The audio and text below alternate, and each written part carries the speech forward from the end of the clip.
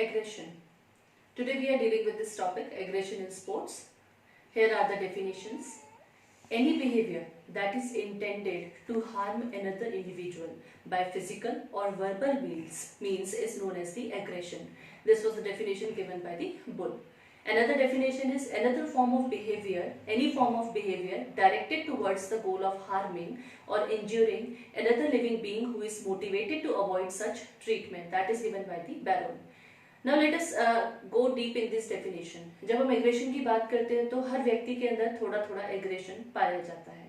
तो कोई भी जो हम एग्रेशन को डिफाइन करते हैं तो ये उस प्रकार का बिहेवियर है जिसमें हम किसी भी व्यक्ति को या किसी भी चीज को फिजिकली या वर्बली हार्म करने की या नुकसान पहुंचाने की प्रक्रिया कोशिश करते हैं तो उस प्रक्रिया को बोला जाता है एग्रेशन. अकॉर्डिंग टू बैरन अगर देखें तो उन्होंने भी यही कहा है कि ये जो है एग्रेशन जो है ये एक बिहेवियर पैटर्न है जिसमें हमारा जो गोल है या व्यक्ति का जो गोल है वो किसी भी सामने वाली वस्तु को या किसी भी चीज को हार्म या इंजोर करने का होता है. मतलब उसे नुकसान पहुंचाना या फिर उसे चोट लगाने की जो अपनी दृष्टिकोण है उसको हम एग्रेशन बोलते हैं. But aggression is not. इस स्लाइड में हम दिखाएंगे कि एग्रेशन जो है वो क्या क्या नहीं है. कॉमनली लोग जो है एग्रेशन को गलत प्रकार से इंटरप्रेट करते हैं. तो एग्रेशन जो है it is not competitiveness nor it is anger. Anger मतलब गुस्सा करना. Aggression is something else in that. Aggression को हम कॉम्पिटिटिवनेस भी नहीं बोल सकते. किसी से अगर हमें कंपटीशन है तो इसका मतलब ये नहीं है कि हमें उससे एग्रेशन है. Competitiveness is an attitude, anger is an emotion. So here is the difference. Competitiveness is an attitude of individual, anger is the emotion, while aggression is the behavior pattern. So anger and competitiveness may both contribute to aggression, but they are not considered to be aggression. Aggression का ये दोनों part हो सकते हैं, anger और competitiveness, पर पूरा इन्हें aggression कहना सही नहीं होगा. Aggression involves the intent to cause harm in some form. Thus behavior which accidentally harms someone is not aggression. Aggression की जैसे हमने बात की थी डेफिनेशन में कि एग्रेशन में हम किसी को नुकसान पहुंचाने की इंटेंशन जो है उसे रखते हैं, लेकिन अगर हम किसी को एक्सीडेंटली नुकसान पहुंचा दें, किसी को एक्सीडेंटली हमारी वजह से कुछ बुरा हो जाए तो उसको हम एग्रेशन नहीं कहते हैं. So behaviour of any kind that is carried out with the intention of harming another person is called as the aggression. In conclusion देखा जाए तो एग्रेशन जो है ये एक बिहेवियर पैटर्न है जिसमें हम किसी भी दूसरे व्यक्ति को नुकसान पहुंचाने के उद्देश्य से कार्य करते हैं. एक नीचे आप देखेंगे डायग्राम दिया है जिसमें हमने बताया कि what is the difficulty with defining aggression. तो एग्रेशन और असर्शन, यहाँ पर दो वर्ड दिए हैं और बीच में क्वेश्चन मार्क है और ऊपर आपका देखोगे लिखा है एरो से इंक्रीजिंग कंट्रोल और नीचे लिखा है इंक्रीजिंग फ्रस्ट्रेशन. तो इसको हम आगे जाके एक्सप्लेन करेंगे जब हम इसको एग्रेशन के टाइप्स पढ़ेंगे. Let us see what are the potential causes behind aggression. तो ये आपके पास कुछ मैंने कॉजेस बताए हैं जिनकी वजह से एग्रेशन जो है आता है. Being fouled, being incited by the crowd, poor performance of yourself, learned from the role models. किसी को गुस्सा करते हुए देखा है तो उससे आपने सीख लिया. पुअर रेफरिंग डिसीजन, रेफरी ने गलत डिसीजन दिया तो आपको एग्रेशन आया. प्रेशर ऑफ कंपटीशन, कंपटीशन के प्रेशर की वजह से, उसे जीतने की वजह से आपके अंदर एग्रेशन आता है. पुअर परफॉर्मेंस बाय अदर्स, दूसरे आपके टीममेट्स अगर पुअर परफॉर्मेंस दे रहे हैं, आपकी एक्सपेक्टेशन से नहीं कर रहे हैं तो आपको एग्रेशन आएगा. पुअर टैक्टिक्स अगर आपने फॉलो की है तो भी आपको एग्रेशन की संभावना बढ़ जाती है. तो ये कुछ कॉजेस हैं जिनकी वजह से एग्रेशन संभावित होता है. बैलेंस ने 3 प्रकार के एग्रेशंस की कैटेगरी बताई थी. Here we have the hostile aggression और reactive aggression, instrumental aggression that is also called as channelled aggression, assertive behavior. There are the 3 forms of 3 categories of aggression defined by the Baron. चलिए सबसे पहली category पे आते हैं, hostile aggression जिसे हम reactive aggression भी कहते हैं. तो इस प्रकार का जब एग्रेशन होता है इसका prime motive is to harm an opponent outside of the rules of the sports.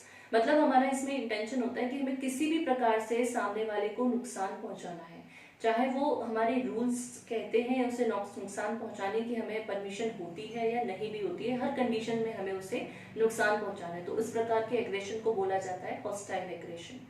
ये जो है एग्रेशन ये आपको डिसफंक्शनल करता है. हॉस्टाइल एग्रेशन की वजह से हॉस्टाइल एग्रेशन में एंगर इन्वॉल्व होता है, जैसे कि हमने पहले भी कहा था कि एंगर जो है ये इमोशनल पैरामीटर है। तो इसमें आप देखोगे हॉस्टाइल एग्रेशन में इसमें एंगर होता है, इसकी वजह से हॉस्टाइल डिस्ट्रक्टिवनेस आती है। जैसे कि आप यहाँ पिक्चर में देख सकते हो कि एक प्लेयर है वो दूसरे प्लेयर को कि लेग ब्रेक करने की कोशिश यहाँ पर कर रहा है। तो इस प्रकार का जो एग्रेशन है कि आप जानबूझ के किसी को इंजर करने की कोशिश कर रहे हो, आपका इंटेंशन है उस प्लेयर को इमोबिलाइज करने का, तो उस कंडीशन में आप इस प्रकार के एग्रेशन को नाम दिया जाता है हॉस्टाइल एग्रेशन। नेक्स्ट जो कैटेगरी है ये है हमारी इंस्ट्रूमेंटल एग्रेशन की। इंस्ट्रूमेंटल एग्रेशन जो है ये भी एक एग्रेसिव एक्शन है, लेकिन विद इन द रूल्स। हम इसमें थोड़ा सा रूल्स को फॉलो करते हैं, उसके फ्रेमवर्क में रहते हुए सामने वाले को हार्म करने की कोशिश करते हैं। इसका जो प्राइम मोटिव है इंस्ट्रूमेंटल एग्रेशन का, it is to execute skill successfully. हमें अपनी स्किल सक्सेसफुली एग्जीक्यूट करनी है, but also we have to inflict pain on opponent. उसके साथ साथ हमें ये भी ध्यान रखना है स्किल के साथ साथ कि सामने वाले को नुकसान भी हो, उसको थोड़ा सा हम हर्ट भी कर दें। तो इस प्रकार का जो एग्रेशन है इसको इंस्ट्रूमेंटल एग्रेशन कहा जाता है। इस प्रकार के एग्रेशन की वजह से कई बार परफॉर्मेंस एनहेंसमेंट देखने को मिलती है, जिससे आप सक्सेसफुली कई बार गोल अपना अचीव कर लेते हो। जैसे कि आप बास्केटबॉल में शूट करने जा रहे हो, तो किसी ने आपको जानबूझ के आपने किसी को टैप कर दिया या हल्का सा बॉडी से with in the rules framework आपने ब्लॉक किया और गोल्स अपना सक्सेसफुली उसमें हायर किया। तो इस प्रकार की जो चीजें हैं ये इंस्ट्रूमेंटल एग्रेशन में आती हैं। जैसे कि आप एग्जांपल में यहाँ देख सकते हो सामने कि हार्ड टैकल, अगर रग्बी में अगर आप किसी को हार्ड टैकल करो तो उसमें क्या होगा, आपके बॉडी फोर्स की वजह से सामने वाले को चोट भी लगेगी और वो टैकलिंग में भी आएगा। दूसरा है कि आप बॉक्सिंग खेलते हो या बॉडी कॉन्टैक्ट गेम्स जो होते हैं उनमें अक्सर ये देखने को मिलता है, जिसमें कि आप पंच करते हो, तो वो पंच आप इस प्रकार से करोगे कि आप सामने वाले का जो है आप उसे बहुत ही ज्यादा हार्ड पंच करोगे, जिसकी वजह से वो दोबारा आपसे compete करने में या फिर आपके सामने आने में सक्षम नहीं हो पाए, आप उसको चोट लगाने में सफल रहोगे। तो इसमें आप देख सकते हो कि ये सारी चीजें जो है ये इंस्ट्रूमेंटल एग्रेशन में आती है, जिसमें आप एग्रेशन को एज एन इंस्ट्रूमेंट यूज करते हो, एज एन मेथड यूज करते हो अपने गोल को अचीव करने के लिए, but with in the framework of the rules. Now third form is the assertive behavior. Assertive behavior is in this there is no attempt to harm and strictly within the rules of the game. तो assertive behavior जो है इसमें आप किसी को नुकसान करने की उससे संभावना से नहीं खेलते हो, आप इसमें रूल्स को फॉलो करते हुए गेम खेलते हो, बट आप जो गेम है वो बहुत रोबस्ट और फंक्शनल प्ले करते हो। तो इसमें आप क्या करोगे, जैसे कि आप एग्जांपल आप फुटबॉल में बहुत ही टफ टैकल करो, है ना, आप हैंडबॉल में बहुत ही टफ जो है ब्लॉकिंग देते हो, आप driving through a crowd of players in basketball की जो ड्राइव होती है उससे आप एकदम भीड़ में से निकलते हो, सामने सारे प्लेयर्स खड़े हुए हैं तो आप बहुत शार्प ड्राइव करते हो। तो ये जो है असर्टिव बिहेवियर होता है। तो आप नीचे जो मैंने पहले एक क्वेश्चन मार्क करके डायग्राम दिखाया था एग्रेशन और असर्शन का, तो यहाँ पर आप देखोगे कि उसको हमने कंबाइनली करके दिखाया है। जब आपका फ्रस्ट्रेशन इंक्रीज होता है तो आप एग्रेशन की तरफ बढ़ते हैं, लेकिन जब आप अपने फ्रस्ट्रेशन को कंट्रोल कर लेते हैं तो आप असर्शन की तरफ बढ़ते हैं। तो assertion is the controlled form of frustration, controlled form of aggression. Let us deeply understand about the aggression versus assertion. Assertive behaviours की जब हम बात करते हैं तो they are the forceful behaviours that are not intended to injure the opponent. इसमें आप forceful play तो कर रहे हो लेकिन आपका इंटेंशन जो है वो सामने वाले प्लेयर को हार्म करने का नहीं है।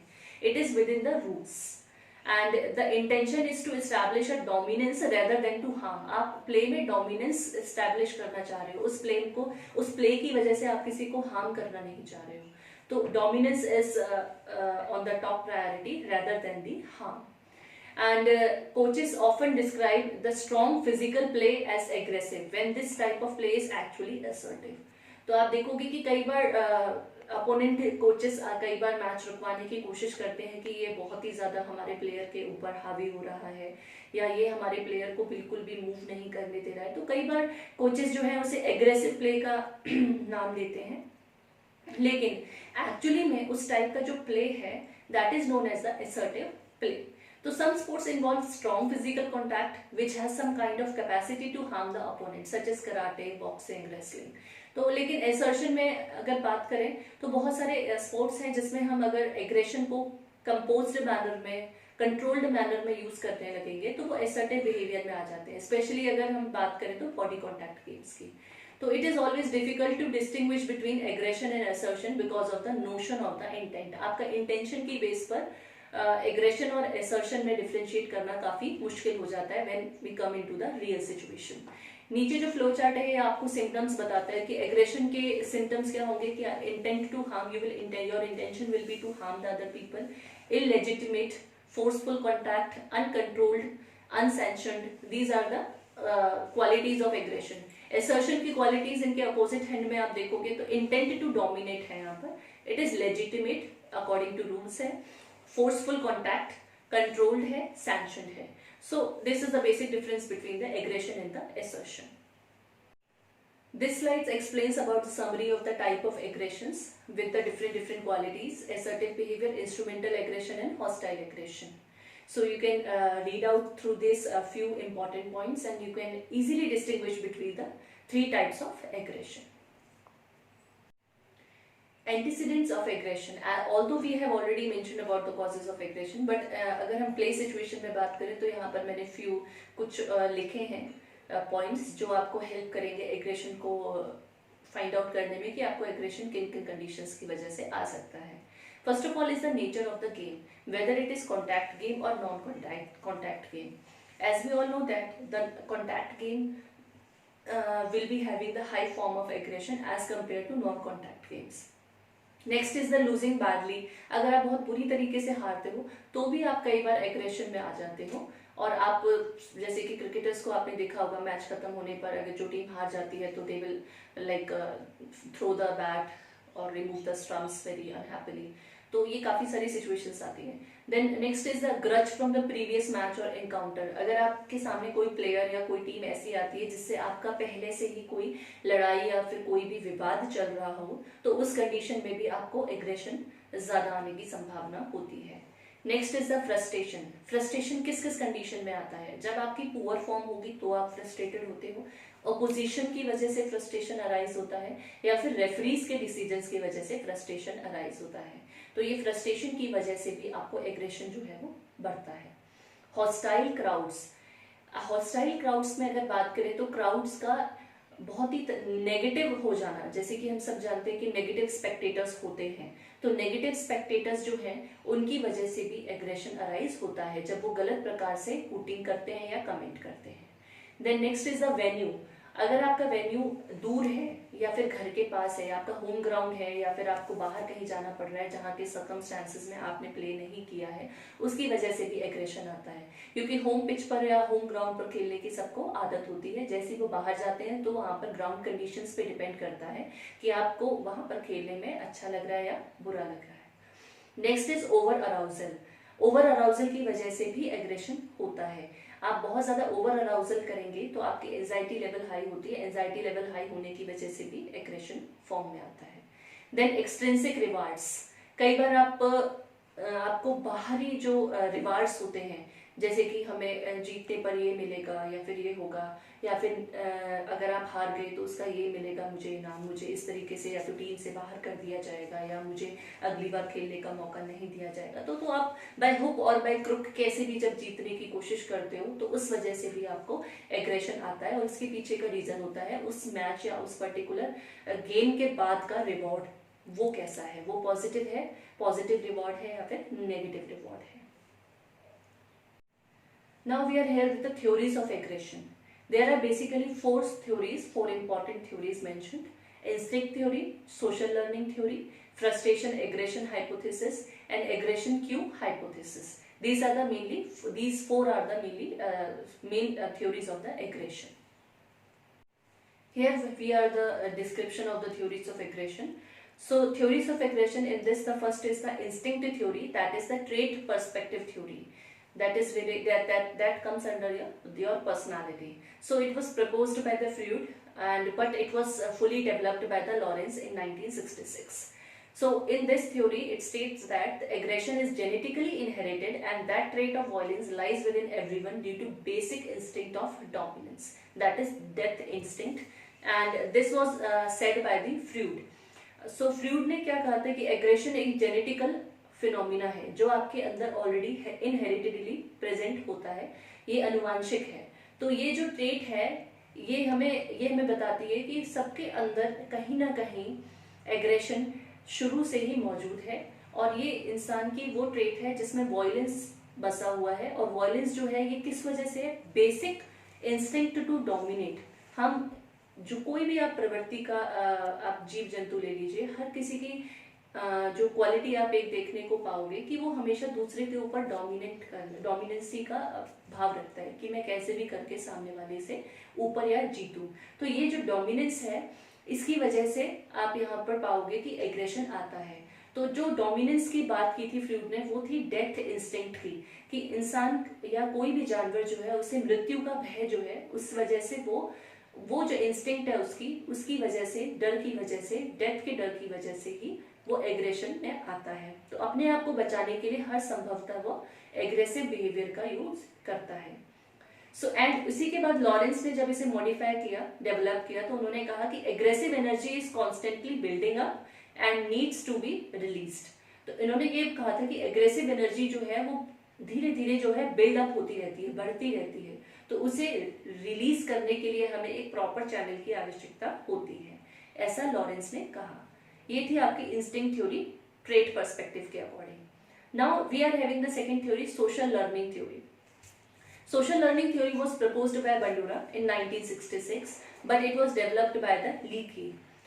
So in this it was said that aggression is not biologically based but is nurtured through environmental forces.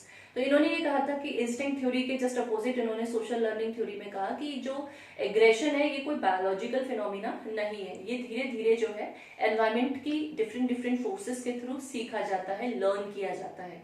So it is basically depends upon the society in which a individual is living, in which he is learning. So it is learned by watching and copying the role models, and it becomes an expected mode of behavior if reinforced. So this was said by the Bandura and Leakey in the social learning theory. Third one is the frustrational aggression hypothesis. It is the interactionist perspective. It was proposed by Dollard. In this theory, frustration develops when goal-directed behavior or ANIC is blocked.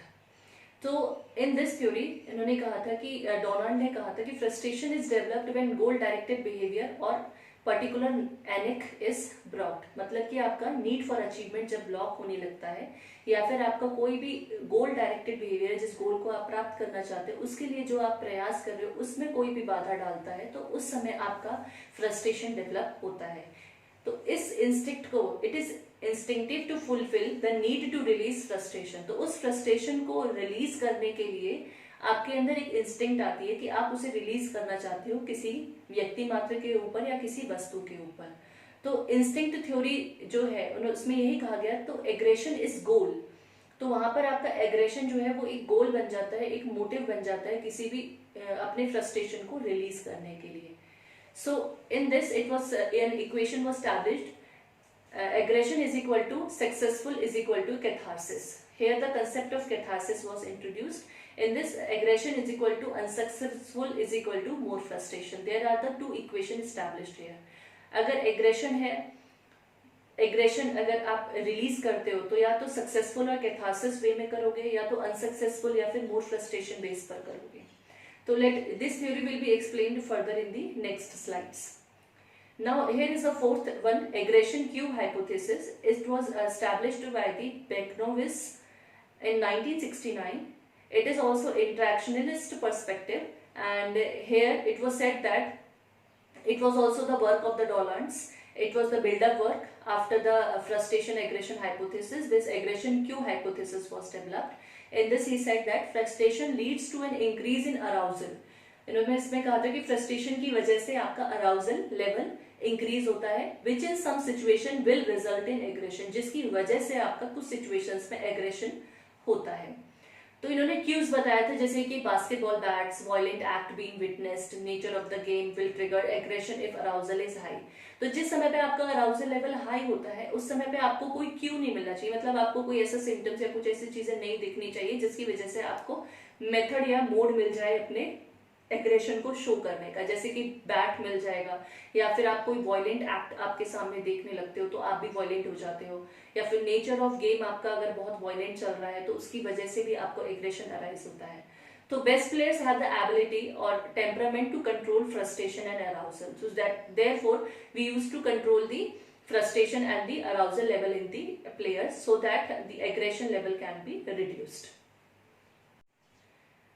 Now this is a description of all the 4 theories, and furthermore we have already discussed about the instinct theory. Here are the few points related to that theory. In this, it was the trait perspective, as we all know that, and aggression is genetically inherited. Freud had said that a trait of violence lies within everyone due to basic instinct to dominate, that is the death instinct, and Lawrence proposed that aggressive energy is constantly building up and it needs to be released. Social learning theory, as we have already discussed, it was the environmental approach in which the environmental situations of the society is behind the aggression. It is nurtured, society nurtures the aggression within the individual because we learn from watching and copying from the society. Aggression cue hypothesis, and this was also the further work of the interactionalist perspective work of the Dollards, and in this he said that frustration will leads towards increased arousal in a particular situation, and increased arousal will have the two situation. अगर increased arousal होती है तो 2 आपके पास परिस्थितियां उत्पन्न होती है। पहली सिचुएशन में आप देखोगे कि there will be the presence of aggression cues। तो अगर आपके पास एग्रेशन क्यूज प्रेजेंट है, मतलब ऐसी सिचुएशन और एग्रेशन की ऐसी पॉसिबिलिटीज वहां पर रखी हुई हैं जिन्हें देखकर आपको और ज्यादा एग्रेशन आएगा, तो presence of aggression Q will increase the chance of aggression. तो एग्रेशन क्यूज क्या होते हैं? एग्रेशन बढ़ाने के तरीके या वहां पर रखी हुई वस्तुएं जो है वो एग्रेशन क्यूज में आती है, जैसे कि बैट, हॉकी स्टिक्स, आपका nature of game, violent act जो भी वहां पर चल रहा है, तो ये सब आपके एग्रेशन क्यूज होते हैं। अगर ये वहां पे प्रेजेंट है और आपका अराउजल लेवल ऑलरेडी बढ़ा हुआ है तो आपको एग्रेशन जो है वो आने की संभावना, इंक्रीज होने की संभावना बढ़ जाती है। अब दूसरी परिस्थिति में आप देखोगे कि अगर आपका इंक्रीज अराउजल है लेकिन एब्सेंस ऑफ एग्रेशन क्यू है, वहां पर कोई ऐसा एग्रेशन क्यू प्रेजेंट नहीं है, ना कोई बैट है, ना कोई वस्तु आपको मिल रही है जिस वजह से आप एग्रेशन शो कर पाए, ना ही वहां पर आसपास का माहौल ऐसा है कि जिसमें आप अपने एग्रेशन को शो कर पाए, तो उस कंडीशन में there will be the decreased chance of aggression and the individual will not be having the high level of aggression there. Now the next topic comes ki how can we eliminate aggression? We have studied about the meaning, definition, the types of aggression, theories of aggression, but how can we eliminate aggression? So there are some tips to eliminate the aggression, like negative reinforcement from the media. आप media को use कर सकते हो जिससे आप negative reinforcement दोगे उन लोगों को जो लोग एग्रेशन करते हैं। Next point is positive reinforcement of skillful non aggressive players, जैसे कि प्ले अवार्ड्स वगैरह ऐसी चीजें आप प्रदान कर सकते हो जो बहुत ही अच्छे और नॉन एग्रेसिव प्लेयर्स हैं, शांत प्लेयर्स हैं, उनको प्रमोट करके। Next is psychological support and guidance by the coach और बाय द फैमिली मेंबर्स और by the teammates.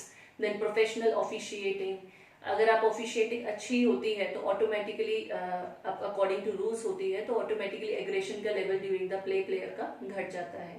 Clear differentiation of aggression and assertiveness, आप एक ऑफिशियल के ऊपर निर्धारित करना बहुत बड़ा काम है कि ये एग्रेशन का मोड है या असर्टिवनेस का बिहेवियर है, दोनों में अंतर करके प्रॉपर उसका रिजल्ट देना, ये एक ऑफिशियल के ऊपर डिपेंड करता है। तो अगर इसमें क्लियर डिफरेंशिएशन अगर आप प्लेयर को समझा के रखोगे तो ऑटोमेटिकली वो एग्रेसिव बिहेवियर से बचेगा और उसे असर्टिवनेस की तरफ करने की कोशिश करेगा। Then severe punishments for aggressive behavior, as we all know that there are card system in our games like yellow card, red card, तो उस तरीके से अगर आप सीवियर पनिशमेंट्स देते हो तो भी एग्रेसिव बिहेवियर काफी हद तक कंट्रोल होता है। Governing bodies and law court should punish offenders, अगर कोई बहुत ज्यादा एग्रेसिव बिहेवियर शो करता है जिसकी वजह से बहुत हार्म या किसी को बहुत ज्यादा नुकसान होता है तो ऐसे लोगों को गवर्निंग बॉडीज के थ्रू या हमारे लॉ कोर्ट्स के थ्रू प्रॉपर पनिशमेंट ऑफेंड करनी चाहिए, प्रॉपर पनिशमेंट्स देनी चाहिए जिसकी वजह से दूसरे लोग उसे देखकर एग्रेसिव बिहेवियर शो ना करें। Then your society, specially your schools, should highlight non aggressive morals. तो हमारे जो सोसाइटी है उसमें भी नॉन एग्रेसिव लोगों को हमें प्रमोट करना चाहिए, बच्चों को एज अ रोल मॉडल और लोगों को प्रस्तुत करना चाहिए जिससे वो अपने एग्रेसिव बिहेवियर को कंट्रोल करना सीखें। Next is the teach athletes to control aggressive tendencies like relaxation through stopping etcetera. तो अब हमें अपने एथलीट्स को भी टीच करना चाहिए कि वो अपनी एग्रेसिव टेंडेंसीज को रोकें, वो प्रॉपर एक रिलैक्सेशन करें, प्रॉपर मेडिटेशन फॉलो करें, या जब उन्हें गुस्सा आता है तो वो अपने आप को रोकने की कोशिश करें। तो ये सारी कुछ चीजें हैं, पॉइंट्स हैं जिससे हम एग्रेसिव बिहेवियर को एलिमिनेट करने में काम आ सकती हैं। नाउ हियर कम्स द, उसी का भी कंटिन्यूएशन है, here comes the continuation of the controlling manner, eliminating the aggressive tendencies. अब एग्रेसिव टेंडेंसी किसी व्यक्ति की है तो उसे कैसे हम एलिमिनेट कर सकते हैं। तो इसमें कोच का बहुत बड़ा रोल प्ले है। Like coach positively reinforces non aggressive behaviour. Coach के हाथ में है कि वो एग्रेसिव बिहेवियर या नॉन एग्रेसिव बिहेवियर किसको प्रमोट कर रहा है। Coach negatively reinforces aggressive behaviour. अगर कोच जो है वो नेगेटिवली रीइंफोर्स करेगा एग्रेसिव बिहेवियर को तो ऑटोमेटिकली वहां से एग्रेशन हट जाएगा। Punish the aggressive play, withdraw potentially violent player from the situation. बहुत ज्यादा जो वायलेंट प्लेयर हो जाते हैं उन्हें उस सिचुएशन से बाहर निकाल दिया जाए जिससे वो दूसरों का नुकसान ना करें। Change athletes perception of situation. Athlete को उस सिचुएशन को देखने का नजरिया बदलना जरूरी है, जो एक कोच के हाथ में है कि उसे सही सिचुएशन का एनालाइज करना सिखाए।